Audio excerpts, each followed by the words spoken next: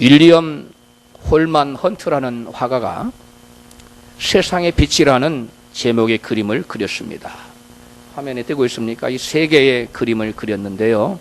똑같은 제목이에요. 일생에 이분이 세 개의 똑같은 제목의 조금씩 다른 그림을 그렸습니다. 여러분들이 가장 익숙한 그림은 제일 좌편에 있는 그림 아마 제일 익숙할 겁니다. 그런데 이분이 그린 그림 중에 가장 유명한 그림은 제일 오른편에 지금 나오고 있죠. 바로 저 그림입니다. 저 그림이 저분이 천국에 가시기 전에 6년 전에 마지막 그린 작품인데요. 저 그림이 가장 유명한 그림으로 세계에 알려지게 됐습니다. 저분이 처음에 이 세상의 빛이라는 제목으로 그림을 그려서 내놓았을 때 세상 사람들의 별다른 주목을 받지 못했습니다. 그냥 그저 그런 그림 중에 하나였는데 영국의 세계적인 미술 평론가로 유명한 존 러스킨이라는 사람이 타임지에다가 홀만 헐트의 세상의 빛이라는 그림을 소개하면서 이 그림이야말로 전 세대에 걸쳐서 그려진 성화 중에 가장 숭고한 작품 중에 하나다라고 극찬을 하자 세계 언론들이 주목을 하기 시작했고 일약 이 그림이 세계적인 그림으로 성화로 떠올랐습니다. 세상의 빛이라는 그림의 제목은 요한복음 8장 12절에서 나온 거죠. 예수께서 또 이르러 가라사대 나는 세상의 빛이라. 빛이니 나를 따르는 자는 어둠에 다니지 아니하고 생명의 빛으로 얻으리라. 또한 그는 계시록 3장 20절 말씀에서 영감을 받아서 이 그림을 그렸다고 합니다. 볼지어다 내가 문 밖에 서서 두드리노니 누구든지 내 음성을 듣고 문을 열면 내가 그에게로 들어가 그와 더불어 먹고 그는 나와 더불어 먹으리라. 이런 말씀입니다. 이제 우리가 이 그림을 잠깐 감상을 하도록 하겠는데요. 함께 보도록 하겠습니다. 이 그림을 보면 이 그림이 이제 영국 성공회 바울 성당 바울 교회의 성 바울 교회에 이 그림이 봉헌이 됐어요. 그런데 이 그림이 이제 가장 잘 됐고 여기에 엄청난 의미가 담겨져 있는 우리가 이걸 다 알 수는 없고요. 핵심적인 거 몇 가지만 보도록 하겠습니다. 여러분 그림을 보면 여러분 손에 가장 먼저 들어오는 여러분 눈에 가장 눈에 띄고 먼저 들어오는 것이 어떤 부분입니까? 네? 등불. 또 여기에 여러 가지가 있어요. 등불도 있고요. 또 뭐가 있어요? 문을 두드리는 예수님의 오른손도 있고요. 그 다음에 왼손에 여러분 저게 보이지 않지만 못자국도 그려져 있습니다. 그 다음에 예수님 얼굴 뒤편에는 뭐가 있어요? 달이 있어요. 달. 저게 달입니다. 오라가 아니에요. 달이고요. 그 다음에 새벽녘을 지금 묘사한 겁니다. 새벽녘. 그 다음에 또 무엇을 여러분 주목해야 돼요? 지금 문인데 문 밑에 지금 뭐가 문을 타고 올라가 있어요? 담장이 넝쿨입니다. 담장이 넝쿨. 그러니까 한 번도 문을 열어본 적이 없는 문이에요. 한 번도 문이 열려져 담장이 하고 올라갈 수가 없죠. 이것은 무엇을 홀만 헐트가 나타내고자 했냐면 그 마음이 완악하여 빛 대신 주님을 모시어 드려야 될 사람들이 그 마음이 완악해서 한 번도 주님을 향하여 무엇을 열어본 적이 없어요? 마음의 문을 열어본 적이 없는 그것을 묘사하기 위해 바닥에 또 사과가 떨어져 있지요. 우리 인간의 범죄로 말미암아 이 선악과를 아마 상징한다고 이렇게 해석이 돼 있어요. 자, 우리가 여러 가지 의미를 이거 1시간 이상 설명을 해야 될 아주 심오한 의미를 담고 있는 그림이에요. 이 성화입니다. 이 성화가 처음에 소개됐을 때 어떤 사람이 그림을 찬찬히 보더니 그 친구 중에 하나가 이런 말을 했어요. 그림이 아주 훌륭하네. 그런데 잘못 그려진 부분이 있네. 이 어떤 부분이 잘못 그려져 있을까요? 문에 손잡이가 없잖아. 문고리가 달려있지 않잖아. 문고리를 빠뜨리고 그렸네. 옥에 튀구만 이렇게 얘기를 했습니다. 그러자 그 홀만 헐트가 대답하기를 문고리를 빠뜨리고 그린 게 아니라네. 이 그림의 손잡이는 저 문 안쪽에 있어서 안에서 문을 열어줘야만 되는 문, 곧 우리의 마음의 문을 그린 것이라네. 이렇게 대답을 했다고 합니다. 예수님께서는 무엇이든지 하실 수 있는 그런 분이십니다. 그래서 마음의 문도 강제로 밀치고 들어오실 수도 있으시지만 예수님은 우리 인간에게 자유의지를 주셔서 주신 아주 인격적이신 젠틀하신 분이었어요. 그래서 우리의 마음을 문을 강제로 밀고 들어오지 않고 반드시 주님의 노크 소리를 듣고 주님의 밖에서 두드리는 볼지어다 내가 문 밖에 서서 문을 두드리는지 누구든지 나의 음성을 듣고 문을 열면 내가 그에게로 들어가리라고 말씀하신 그 말씀처럼 주님께서는 밖에서 신사적으로 문만 두드리고 계십니다. 왜 그래요? 들어가셔서 빛을 비춰주시려고, 영원한 생명의 빛을 비춰주시려고 주님은 밖에서 마음의 문을 노크하고 계신다는 것입니다. 예수님께서는 이 어두운 세상에 빛을 비춰주시기 위해서 오셨습니다. 요한복음 1장 9절에 참빛 곧 세상에 와서 각 사람에게 비치는 빛이 있었나니 그가 세상에 계셨으며 세상은 그로 말미암아 지은 바 되었으되 세상에 그를 알지 못하였고, 이렇게 말씀하고 있습니다. 빛 대신 예수님, 그분이 세상에 왔다는 겁니다. 그런데 빛으로 오신 예수님께서는 세상에 오셨는데 잠깐 동안만 있을 것이라고 말씀하십니다. 얼마 동안만 계신다고요? 세상에 잠깐 있을 것이다. 요한복음 12장 35절입니다. 같이 읽습니다. 예수께서 가라사대 아직 잠시 동안 빛이 너희 중에 있으니 빛이 있을 동안에 다녀 어두움에 붙잡히지 않게 하라. 잠깐 동안만 있을 거예요. 요한복음 12장 36절에 같이 읽습니다. 너희에게 아직 빛이 있을 동안에 빛을 믿어라. 그리하면 빛의 아들이 되리라. 아멘. 빛은 세상에 오래 임하지 않을 것이고 너희 중에 빛이 잠깐 있을 동안인데 잠깐 빛이 세상에 머무는 동안 너희들은 빛을 믿어라. 그리하면 너희가 뭐가 되리라? 빛의 아들이 될 것이다. 너희들이 잠깐 있는 그 빛을 받아들이면, 그 빛을 믿으면 너희는 빛의 자녀가 될 것이라고 우리 주님이 말씀하셨습니다. 빛으로 오신 예수님은 잠깐 동안 세상에 빛을 비춰주시고 이제는 사람들의 죄를 지고 십자가에 달려 죽으셨다가 3일 만에 부활하셨어요. 그리고 부활하신 주님께서 40일 동안 하늘나라의 일을 전파하시고 가르쳐 주시다가 그 다음에 500여 명의 제자들이 보는 가운데 하늘로 올라가셨습니다. 그렇다면 문제가 생기지 않습니까?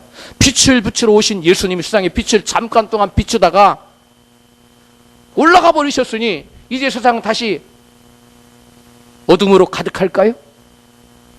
어떻게 되겠어요? 빛 대신 예수님이 이 땅에 잠깐 동안만 너희 가운데 있을 것이다 하시고 예수님이 올라가 버리셨어요. 승천하고 세상에 계시지 않습니다. 그렇다면 세상은 다시금 깜깜할까요? 성경은 보니까 요한복음 오늘 본문 5장 14절에서 예수님께서는 이제 제자들이 빛이 되었다고 말씀하고 있습니다. 아까 전에 뭐라고 말씀해요? 빛이 세상에 잠깐 있을 동안에 너희들이 뭘 믿어라?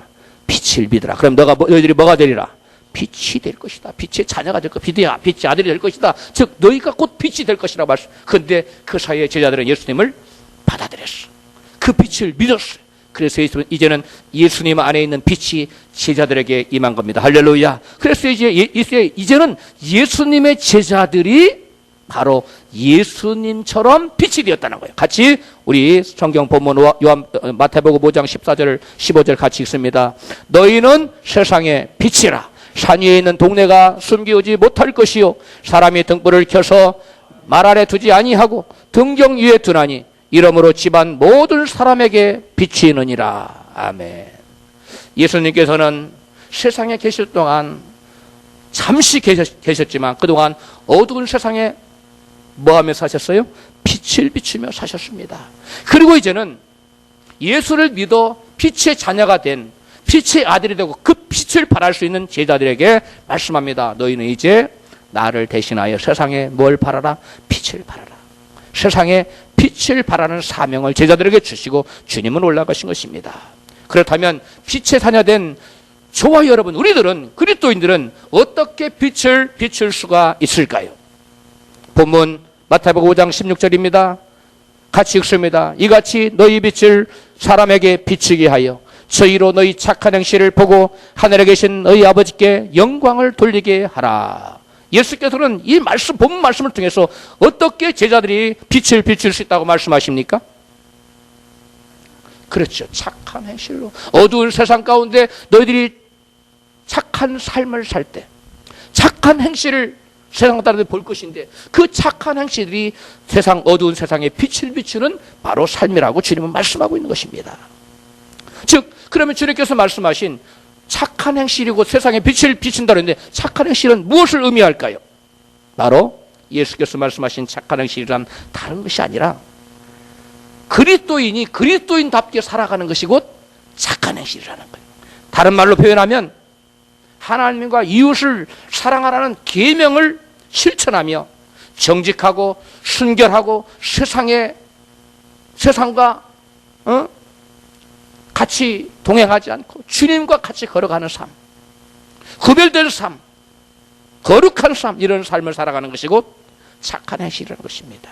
하나님을 사랑하는 사람은 자기의 유익을 그치지 않고 하나님의 유익을 먼저 구합니다. 그렇기 때문에 하나님 앞에 범죄하지 않습니다. 또 하나님을 사랑하는 사람은 또 이웃을 사랑합니다. 이웃을 사랑하는 사람은 자기 이웃을 위하여 자기의 유익을 위하여 이웃에게 해를 끼치지 않습니다. 남을 거짓말하거나 사기치거나 남을 구렁텅이에 빠뜨리거나 남을 못살게 이런 죄를 범치 않아요. 이것이 바로 세상에서 빛을 발하는 삶이라는 것입니다.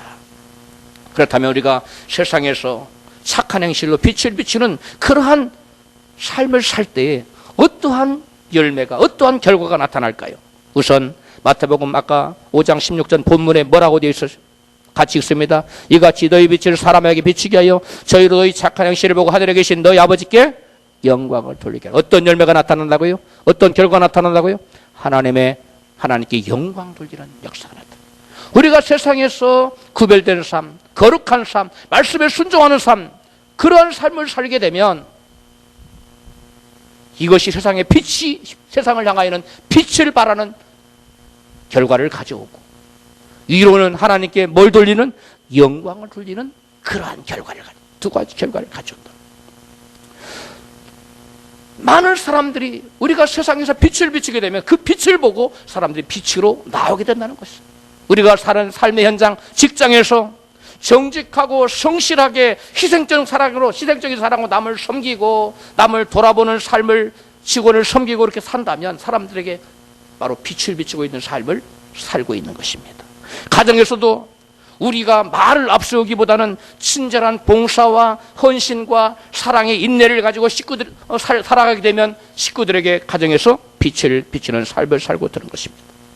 가정에서 나는 예수를 믿는데 남편이나 아내나 자녀나 또 부모가 예수를 안 믿는 경우가 있잖아요. 그런데 우리가 그 안 믿는 가족 식구들에게 빛을 비추기 위해서는 바로 나의 행실이 착한 행실이야 된다. 말로만 앞세우는 것이 아니라 우리의 손과 발이, 우리의 입술이 사랑과 인내와 봉사와 섬김으로 그들한테 귀감이 될 때 그것이 바로 빛이 된다는 것입니다. 남편이나 아내가 그리스도인이 아닌 경우에는 이러한 헌신적 사랑의 실천은 그 빛이 강력합니다.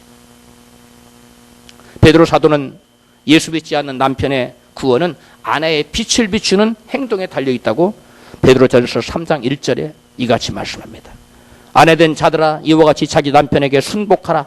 이는 혹 도를 순종치 않는 자라도 말로 말미암지 않고 그 아내의 착한 행위로 말미암아 구원을 얻게 하려 함이니 너희의 두려워하며 경건하며 정결한 행위를 봄이라.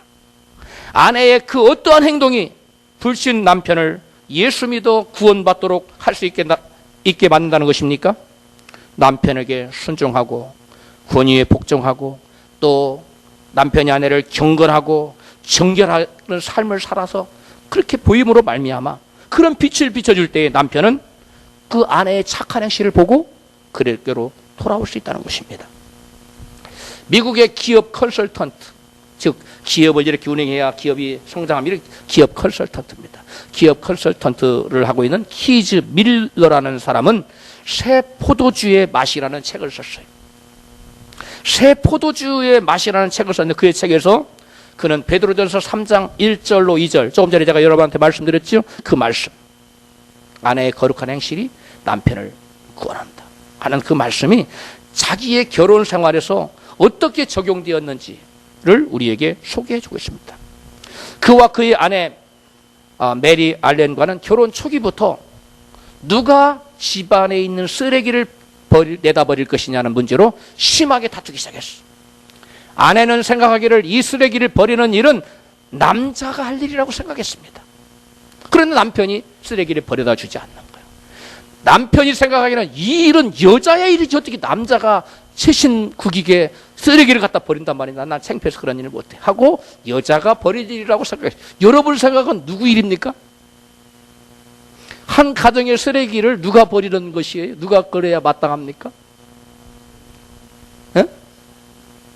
시간 있는 사람, 둘 다 시간이 없다고 버티면, 예. 차오지간 이 집안은 남편, 그 집안에도 이제 싸움의 조짐이 보여요. 그래서 시작된 겁니다. 둘 다 예수를 안 믿는데 누가 이것을 버릴 것이냐. 남편이 더 고집이 섰어요. 결단 안 버립니다. 그런데 이 남편 밀러가 예수를 믿기 시작했어요. 그래서 이 좋은 예수, 이 좋은 복음, 예수 이렇게 행복하고 이렇게 좋은데 또 이 사람 구원받아, 내가 살아가는 구원받아야지 하고 복음을 전했어. 여보, 예수 믿는 분 너무 좋아. 아내의 반응, 당신이나 열심히 믿으세요. 냉담한 겁니다. 아무리 전해도 콧방귀도 안 켜는. 그래서 이제 기도하기 시작해요. 하나님, 제 아내를 주님 불러주세요. 막 기도를 합니다. 기도를 했더니 갑자기 마음속에서 한 생각이 떠올랐어요. 네가 말로만 복음을 전할 것이야. 너의 달라진 모습을 좀 보여주거라. 어떻게 달라진 모습을 보일까요? 그랬더니 쓰레기 있잖아. 그 쓰레기를 네가 갖다 열심히 버리거라. 주여, 이거는 절대로 안 됩니다.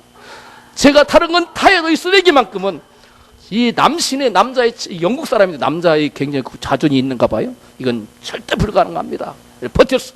주님이 그래 그럼 네가 한번 힘껏 전해보거라 그랬어. 근데 아무리 전해도 안 통하는 거예요.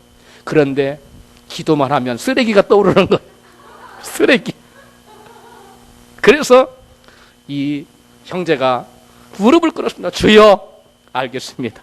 제가 주님을 못 당하겠군요. 그리고 쓰레기를 아내한테 한마디도 말하지 않고 내다 버리기 시작했어요. 쓰레기통이 다 차지도 않았는데 열심히 버리는 거예요. 그런데 그리고 나서 아내에게 얘기했어요. 여보, 우리가 결혼할 때 우리 서로 사랑하기로만 약속했지 서로 상대방의 약점을 뜯어 고치겠다고 맹세하지 않았잖아. 나는 당신을 있는 그대로 사랑해요. 이렇게 고백했던 아내가 너무 기뻐하면서 뭐라고 그러냐면 당신이 변했어요. 저도 당신 따라서 교회 갈게요. 할렐루야. 여러분, 이것이 바로 직장이나 가정에서 예수 믿는 사람들이 착한 행실로, 빛된 행실로 여러분 우리의 삶을 보여줄 때 그 사람들의 빛된 삶의 행실을 보고 주님께로 나올 수 있다는 것입니다. 여러분, 그런데 여기서 우리가 생각할 것이 있어요. 세상에 빛이 되는 것은 착한 행실로 빛을 비춰주는 것이 다가 아니었다는 거예요. 그 형제가 그 아내를 전도하는 때는 착한 행실도 보여주기만 해서 교회에 나온 것이 아니라 복음을 그 전에 전했다는 거지요. 복음을 증거하는 그러한 빛을 비추는 역사가 있다는 거예요. 오늘 본문 우리가 두 번째 읽은 본문입니다. 마태복음 4장 16절을 같이 읽겠습니다. 같이 시작. 흑암에 앉은 백성이 큰 빛을 보았고 사람과 땅과 그늘에 앉은 자들에게 빛이 빛이었도다 하였느니라.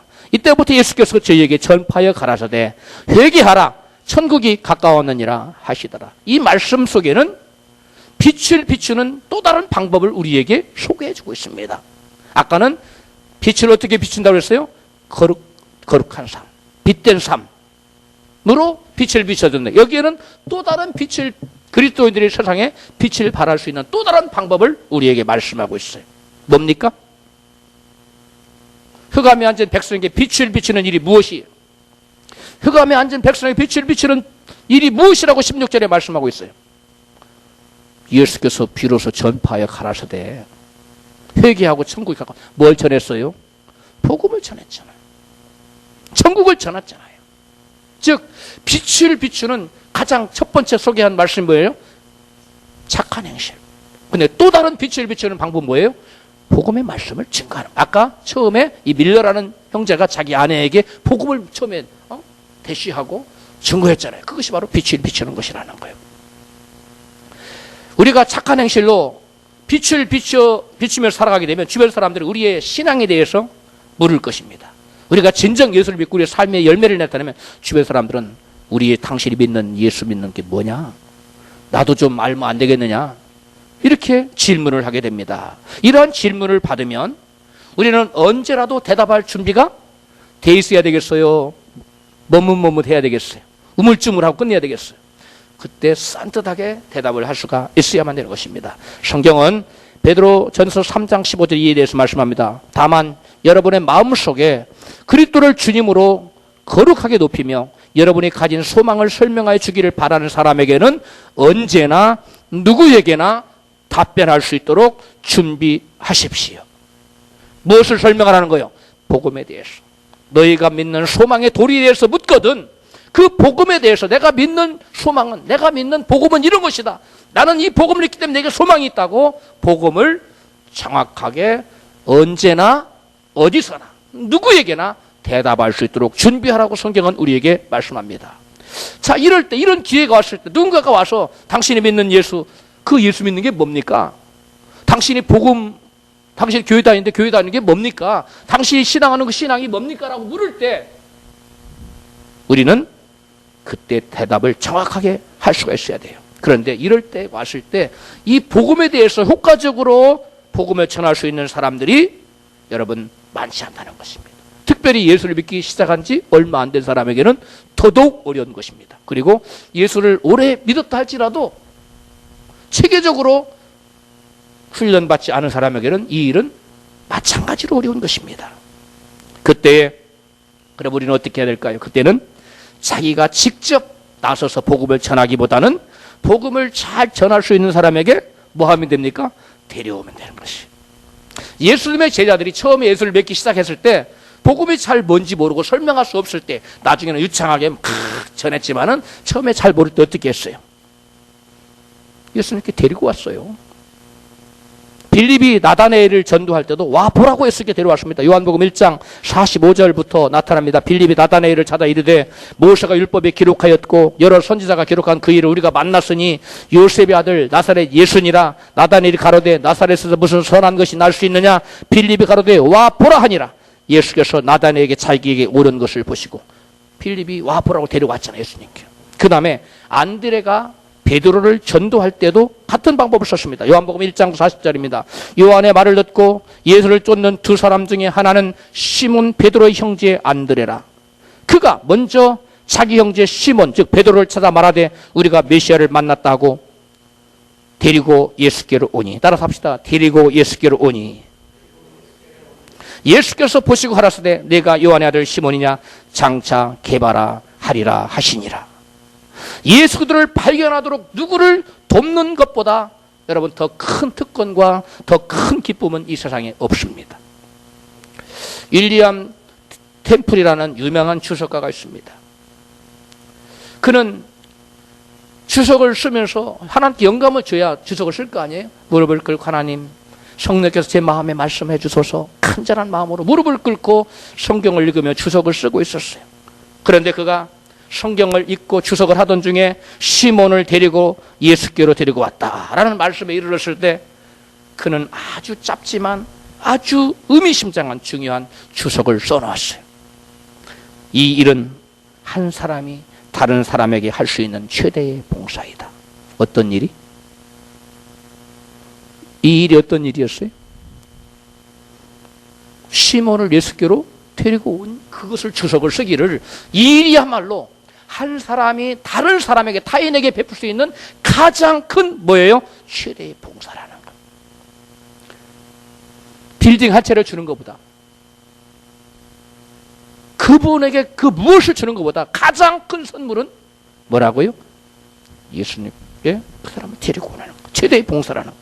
엘버트 맥메킨이라는 사람은 예수를 믿기 시작한 지 얼마 안 돼서 은혜를 받았어.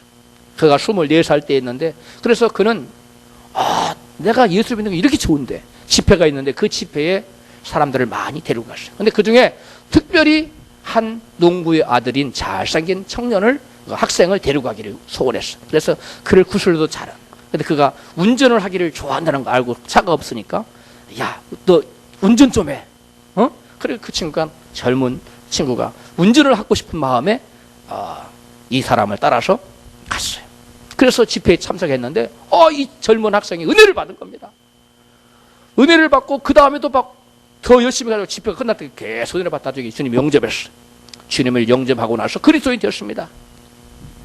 그 청년이 누군지 압니까? 그 학생이 누군지 압니까? 운전하고 집회에 따라갔던 여러분, 우리 엘버트 맥메킨이라는 사람이 이 젊은 한 학생을, 농부의 아들을 데리고 갔는데, 그 젊은 학생이 가서 집회에 가서 은혜 받고 돌변했어요. 그래서 그가 한 번 설교하면, 회중을 놓고 설교하면 한 번에 몇천 명, 몇만 명이 주님께 울면서 회개하고 나오도록 만든 세계적인 전도자 빌리 그레함입니다. 누구였다고요? 빌리 그레함. 우리 모두가 빌리 그레함 같은 위대한 전도자는 다 될 수가 없습니다. 그러나 아까 누구예요? 알버트 맥메킨 같은 사람은 될 수 있지 않습니까? 사람을 데리고 오는 일. 그가 한 사람을 열심을 내서 데리고 왔더니 그 한 사람이 빌리 그레함이라는 사람이, 그가 전도한 빌리 그레함이 여러분 수천 수만 명을 한꺼번에, 그를 통해서 빌리 그레함을 통해서 전 세계 예수를 믿는 사람은 수백만이 넘습니다. 지금 비록 빌리 그레함은 잘못된 길로 가고 있어요. 배도의 길을, 예수 외에도 다른 구원이 있다고 엉뚱한 소리 하고 지금 하고 있지만, 예전에 그는 정말 세계적인 놀라운 부흥사였어요. 영감이 넘치고 그 빼어난 언변과 한 번 말하면 사람들 그 누구도 어떤 지식인 또 꼬꾸라지는 강력한 전도자였어요. 여러분, 그러면 이 빌리 그레함이 전도해서 그 추수된 영혼들에 대한 상급은 누가 나중에 같이 동참할까요? 누가 다 받겠어요? 이 사람 데리고 온 사람이에요. 여러분, 우리는 이 한 사람을 데리고 온 그 역사가 아무것도 아닌 것 같았는데, 오늘날 두고 볼 때 수천, 수백만 명이 그를 통해서 그리스도를 믿고 주님께 나왔다는 것. 한 자매가 예수를 믿게 됐어요. 그래서 영국의 런던에 있는 한 교회에 나가기 시작했습니다. 그는 주일 오전 예배를 드리고, 부모와 떨어져 사는 자매니까 이제 그 저녁 예배가 돌아올 시간까지는 부모님 댁에 가서 잠깐 쉬었다가 시간 전에 저녁 예배를 드리러 갔어요. 그러니까 하루 저녁에는, 주일 저녁에는 부모님 집에서 쉬고서 이제 차를 타고 가는데 자기 교회 가는 길에 차가 교통사고가 난 거예요. 그럼 뭐가 생겨요? 트래픽이 생기잖아요. 교통체증. 한국에서 교통체증이라고 그러죠? 뭐라고 그래요? 네, 교통체증이 딱 생겨요. 그러니까 발이 묶여버린 거예요. 그래서 저녁 예배 시간 놓쳤어요. 교회 가봤자 교회 이미 끝나고 아무도 없을 시간이 돼버린 거예요. 그래서 할 수 없이 친구가 전화가 왔길래 거기 갔어요. 친구들이 있는 모임에 갔어. 그래서 저녁 예배를 빼뜨리는 것이 너무너무 속이 상한 거예요. 마음이 안 좋은 거예요. 그 친구들이 있는 데 가서 막 자기도 모르게 막 울었어요. 그 친구들이 도대체 이 자매가, 친구가 왜 우는지 답답할 거 아니에요. 왜 우냐? 말하지, 하도 왜 우냐 물으니까 글쎄 저녁 예배를 놓쳐버렸지 뭐야, 이렇게 대답을 했어요. 그래서 다른 친구들이 한마디로 뭐예요? 황당한 거예요. 완전히 이거는 자기들이 이해할 수 없는 말을 한 거예요. 저녁 예배 놓쳤다고 막 엉엉 울고 있으니 이 자매들이, 그 친구들이, 야, 도대체 저녁 예배가 뭔데 저 자매가 그 저녁 예배를 놓쳤다고 엉엉 울까? 그래서 그 다음 주에 도대체 우리가 지금 무엇을 놓치고 있는 거로 한번 가보자. 그래가지고 몽땅 다 다음 주일 저녁 예배에 그들이 다 참석했어. 다 참석했는데 몇 주 후에 그들 중에 한 자매가 그리스도인이 됐어요. 할렐루야. 우리는 여기서 한 가지 놀라운 질문이 생깁니다. 그때 많은 친구들이 그 자매가 놓친 것이 과연 무엇인가, 그것을 알고자 하여 교회를 참석해서 같이 예배드리고 같이 설교를 들었는데, 그 중에 누구만, 한 자매만 예수를 영접하고 그리스도인 됐다는 거예요. 나머지는 다 별거 없구먼, 이런 거 가지고 왜 울어, 쟤 이상한가 봐, 이상한 애야, 그러고 다 끝났다는 거예요. 그런데 한 자매는 그 같은 예배를 드리고 똑같은 목사 위에서 나오신 말씀을 듣고 은혜 받고 예수님 영접하고 그리스도인으로 변화됐다는 겁니다. 똑같은 장소에서 똑같이 말씀 들었는데 왜 누구는 예수를 믿게 되고 왜 예수는 어떤 사람은 예수를 배격하고 그냥 돌아가고 말았을까요? 그 이유는 바로 이것입니다.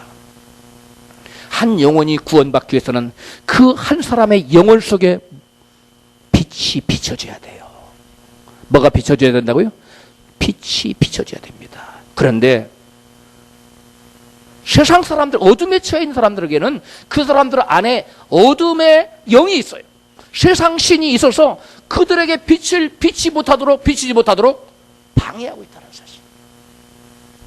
이에 대해서 고린도후서 4장 4절에 이같이 말씀하고 있습니다. 그 중에 이 세상 신이 믿지 아니하는 자들의 마음을 혼미케 하여 그리스도의 영광의 복음이 빛이 광채가 비치지 못하게 함이니, 이 세상신 곧 마귀가 사람들의 마음을 혼미케 하여 그들로 하여금 무엇을 보지 못하도록 빛을 비치지 못하도록 가로막고 있다는 거예요.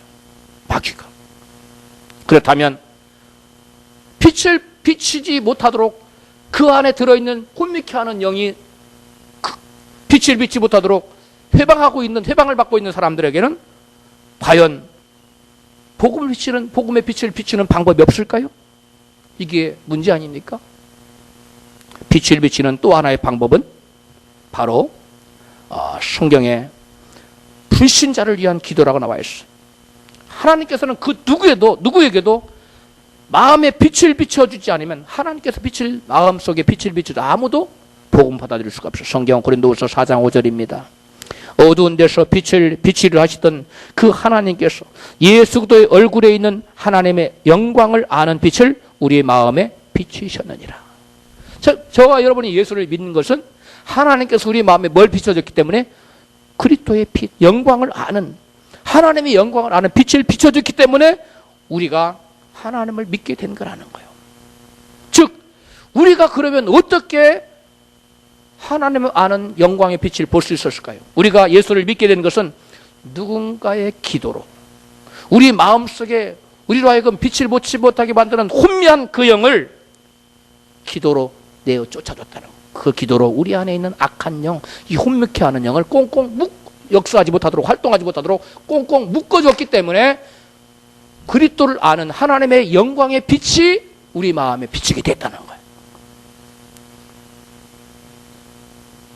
여러분, 우리가 예수를 믿고 나면 알게 되는 사실이 있어요. 누군가가 날 위해 뭐 했다는 사실이에요? 기도해 왔다는 사실입니다. 아무도 누군가가 기도가 없이는, 누군가의 중보 기도가 없이는, 도고 기도가 없이는 스스로 예수를 믿을 사람이 없어요. 왜 그래요? 그 안에 뭐가 있기 때문에?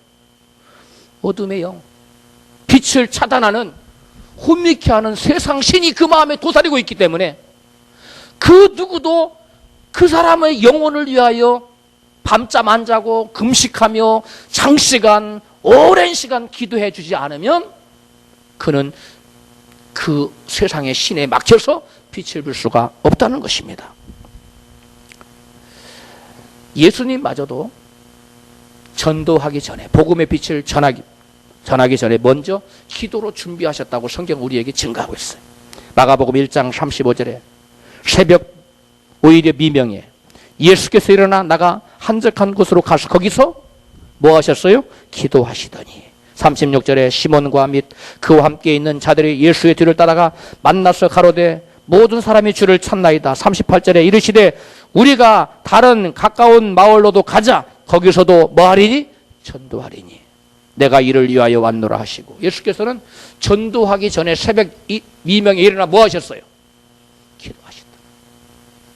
그럼 예수님께서 복음의 빛을 전하기 전에 어둠에 처한 사람들에게 영혼을 위해서 기도를 했다는 건데 무슨 기도를 했을까요? 새벽 미명에 낮에 이제 전도로 나가실 건데 새벽 미명에 기도했다는 무슨 기도를 하셨을까요? 저들 마음속에 저들로 하여금 빛을 보지 못하도록 회방하는 악한 신 마귀를 꽁꽁 묶는 기도를 하고 예수님도 전도하러 나가셨다는 거예요. 할렐루야. 그러므로 저와 여러분 누군가를 위해서 전도할 때 기도하지 않으면, 기도로 우리가 빛을 비춰주지 아니하면, 즉 그 사람 안에 있는 어둠이 세상의 신이 빛을 보지 못하도록 회방하고 빛 이렇게 막고 있는 이 마귀의 그 빛을 막고 있는 이 세상 신을 우리가 기도로 결박하여 그가 빛을 볼 수 있도록 우리가 기도로 빛을 비춰주지 아니하면 그 누구도 하나님의 영광의 빛을 볼 수 있다고요, 없다고요? 없다는 것입니다. 그래서 우리는 누군가를 전도하기 전에 반드시 기도로 그 사람 안에 있는 악한 세상의 어둠의 영을 묶어야 될 줄로 믿습니다. 중국의 선교의 기초를 닦은 사람은 중국 선교의 아버지라고 불리는 제임스 허드슨 테일러입니다. 유명한 사람이죠. 그를 통해서 중국인 수백만이 주님께로 돌아왔습니다. 그는 영국의 요크셔주의 빈슬리에서 태어나 성장하면서 아주 반항적인 10대를 보내고 있었어요. 근데 그의 나이 17살이 되었을 때에 그때가 1849년 6월 어느 날입니다. 오후에 식구들이 집을 다 비웠어.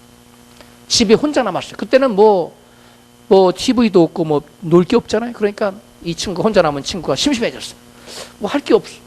가만히 선반에 성경이 보네. 성경에 이 얘기가 많은데 이 얘기나 한번 읽어보자 하고 성경을 이 얘기를 읽느라고 읽다가 이 친구가 혼자서 성경을 읽다가 어떤 부분에 충격을 받았냐면 예수님께서 이루신 일들에 대해서 읽다가 깜짝 놀랐어요. 그리고 예수님의 십자가의 대속의 은총을 깨닫게 되었어요. 그리하여 그는 이 세상에서 예수님을 찬양하는 일 외에 해야 할 아무것도 없다는 그러한 마음, 기쁨에 찬 확신이 마음에 몰려왔어요. 그래서 그는 즉시 무릎을 꿇고 예수님을 나의 주, 나의 하나님, 나의 구세주라고 영접합니다. 그리고서 보름이 지나서 집을 떠났던 엄마가 돌아왔어. 어머니가 돌아왔어. 그러다 그가 문 밖으로 막 달려나가서 어머니가 기뻐하실 소식이 있어요 라고 말했습니다. 그러자 어머니가 그를 꼭 껴안으면서 사랑하는 아들아, 나는 이미 알고 있단다.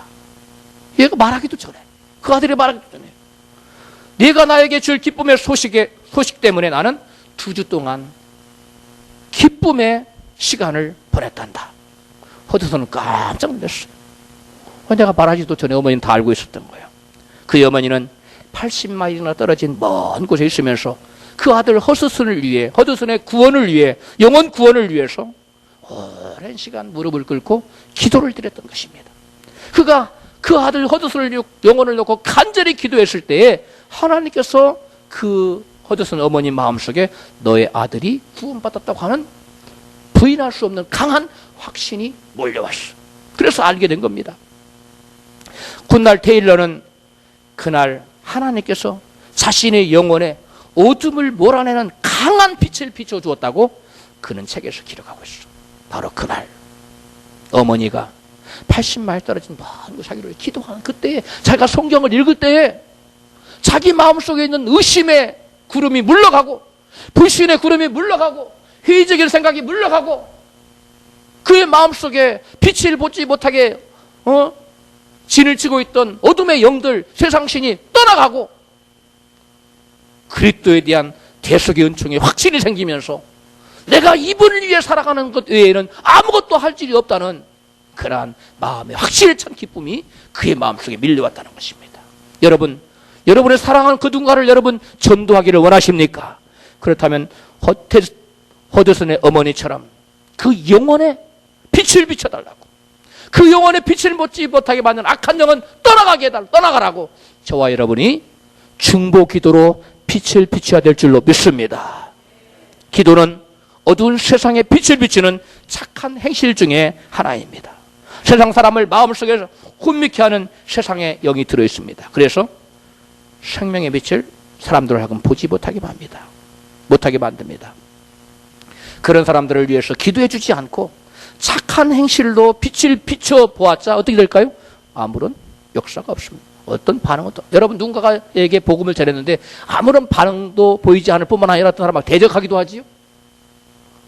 그래요, 안 그래요? 그런 경우를 많이 보잖아요. 이런 사람들에게는 그 누군가가 허드슨의 어머니처럼 허드슨을 위해서 기도해 준 것처럼 누군가가 그를 위해 기도해 주지 않은 사람이야. 기도를 했었다 조금밖에 기도가 빛을 그 영혼에 빛을 비춰주기 위한 그 누군가의 기도가 없었기 때문에 그는 복음에 대해 냉담한 반응을 보이는 겁니다. 근데 어떤 사람은 똑같이 복음을 전했는데도 그래 한번 교회 같이 가볼까? 이렇게 나와요. 어떤 사람은 기꺼이 나오는 사람도 있어요. 차이점이 뭘까요? 한 사람의 영혼에게는 누군가가 빛을 비추도록 뭐 했고 기도했고, 어떤 사람은 누구도 그를 위해서 기도해 주지 않았기 때문에 오히려 기독교에 대해 반감을 갖고 예수님에 대해서 적개심을 품고 예수 믿는 사람에게까지 적개심 품는 사람들이 있습니다. 왜? 그 안에 세상의 신이 자리 잡고 있기 때문에 그렇습니다. 그리고 그러나 사람 안에 있는 혼미케 하는 영을 묶고서 묶는 기도를 해주고서 복음을 전하면 사람들은 어떻게 돼요? 그 악한 영이 떠났기 때문에 빛을 볼 수가 있어요. 반대로 이제 반대의 경우입니다. 복음은 전해주지 않아요. 말씀도 증거해주지 않고 그냥 착한 행실로 빛만 비춰줘. 그럴 수 있지요? 그래요, 안 그래요? 많은 경우에 복음은 전하지 않고 착한 행실만 열심히 하는 거예요. 그럼 그 사람 돌아올까요? 따라합시다. 믿음은 잘못했어요. 믿음은 어디에서 나고?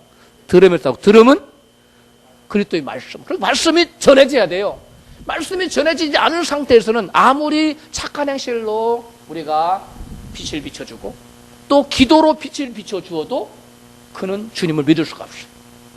그러면 복음은 전해주지 않는 착한 행실로 빛을 비춰줬어요. 그리고 또 기도로 빛을 비춰줬어요. 그러면 그런 사람들은 어떻게 될까요?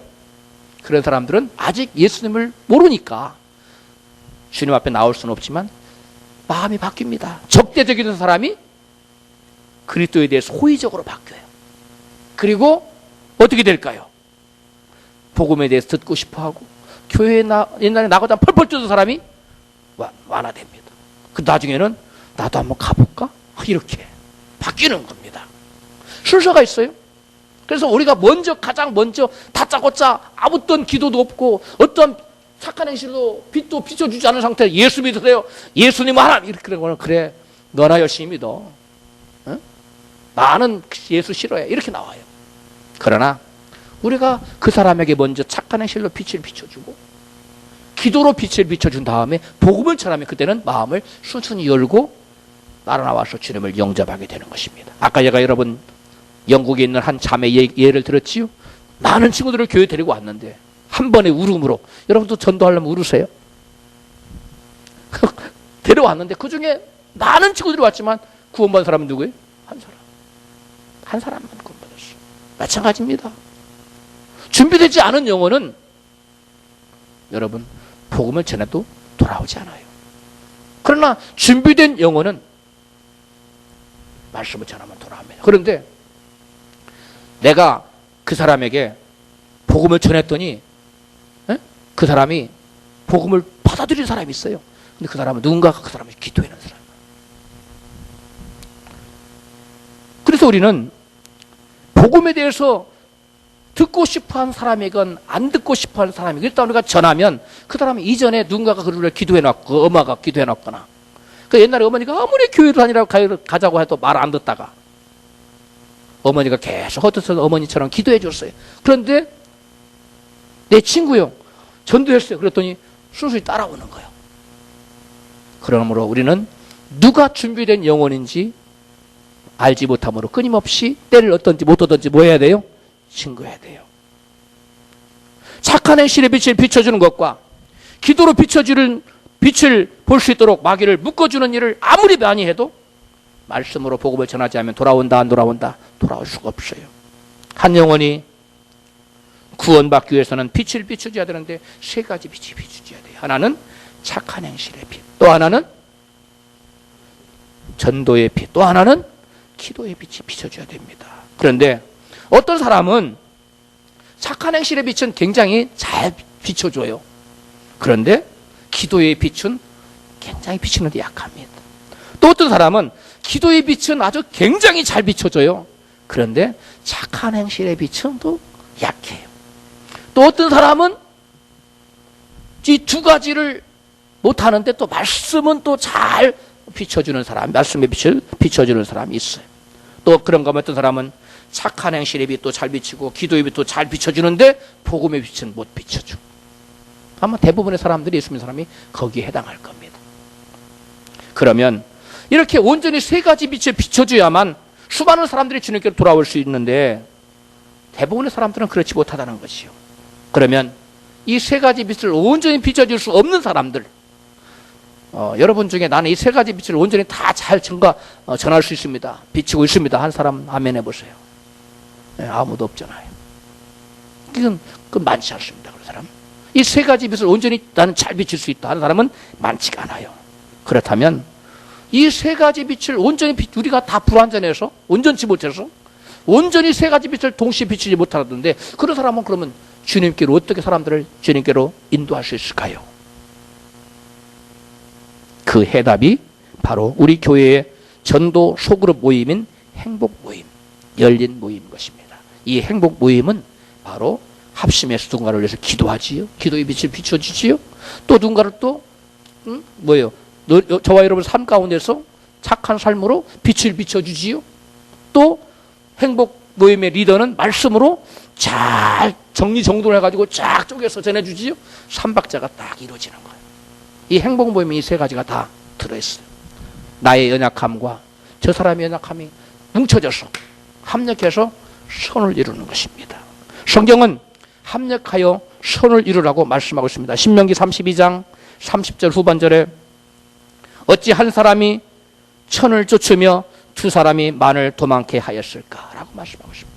한 사람이 천을 쫓으면 산술적으로 두 사람은 몇을 쫓아야 돼요? 2천을 쫓아야 돼. 그런데 만을 쫓았잖아요. 이게 뭐예요? 합력하여 선을 이룰 때 나타나는 시너지 효과라는 거예요. 여러분, 혼자 전도하려면 힘듭니다. 그러나 힘을 합해서 연합하여 전도할 때 빛이 동시에 세 가지 빛이 비춰지기 때문에 사람들이 쉽게 돌아올 수 있다는 거예요. 할렐루야. 여러분, 세상에 어떤 일을 할 때도 전략이 필요하잖아요. 그런 것처럼 복음을 전하는 일에도 이와 같이 전략이 필요한 것입니다. 우리 모두 합력하여 어두운 세상에 온전히 빛을 비추는 세상의 빛으로 살아가는 저와 여러분 되시기를 주의 이름으로 축복합니다.